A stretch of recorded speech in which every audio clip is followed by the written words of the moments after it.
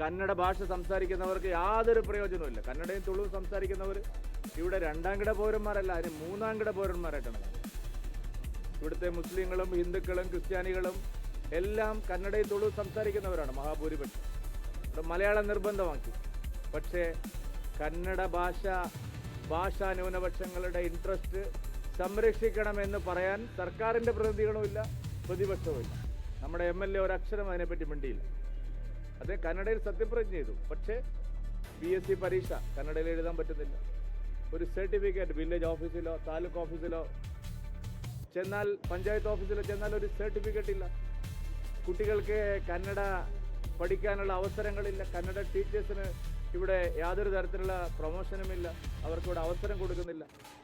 മലയാള ഭാഷ നമ്മുടെ എല്ലാവരുടെയും ഭാഷയാണ്, കേരളത്തിൻ്റെ മാതൃഭാഷയാണ്. പക്ഷെ കന്നഡ സംസാരിക്കുന്നവർ എന്ത് ചെയ്യും? അവരെങ്ങനെ പരീക്ഷ എഴുതും? മോദി സർക്കാർ നീറ്റ് പരീക്ഷ പോലും പ്രാദേശിക ഭാഷയിലാക്കി. പക്ഷെ ഇവിടെ PSC പരീക്ഷ എഴുതാൻ കഴിയുന്നില്ല. ഒരു വോട്ടർ പട്ടിക സംസ്ഥാനം അടിച്ചു തരുന്നത്, കന്നഡ വോട്ടർ പട്ടിക കിട്ടണമെങ്കിൽ നമ്മൾ എത്ര ദിവസം കാത്തിരിക്കണം? അപ്പോൾ ഈ പ്രദേശത്തെ സമ്പൂർണ്ണമായിട്ട് അവഗണിച്ചിരിക്കുകയാണ് LDFും UDFും. അതിനെതിരായിട്ടുള്ള ജനവിധിയായിരിക്കും ഇത്തവണ ഉണ്ടാവുക. ഈ വിഷയങ്ങൾ ഉയർത്തിപ്പിടിച്ചുകൊണ്ടാണ് ഞാൻ ഇത്തവണയും തെരഞ്ഞെടുപ്പിൽ മത്സരിക്കുന്നത്.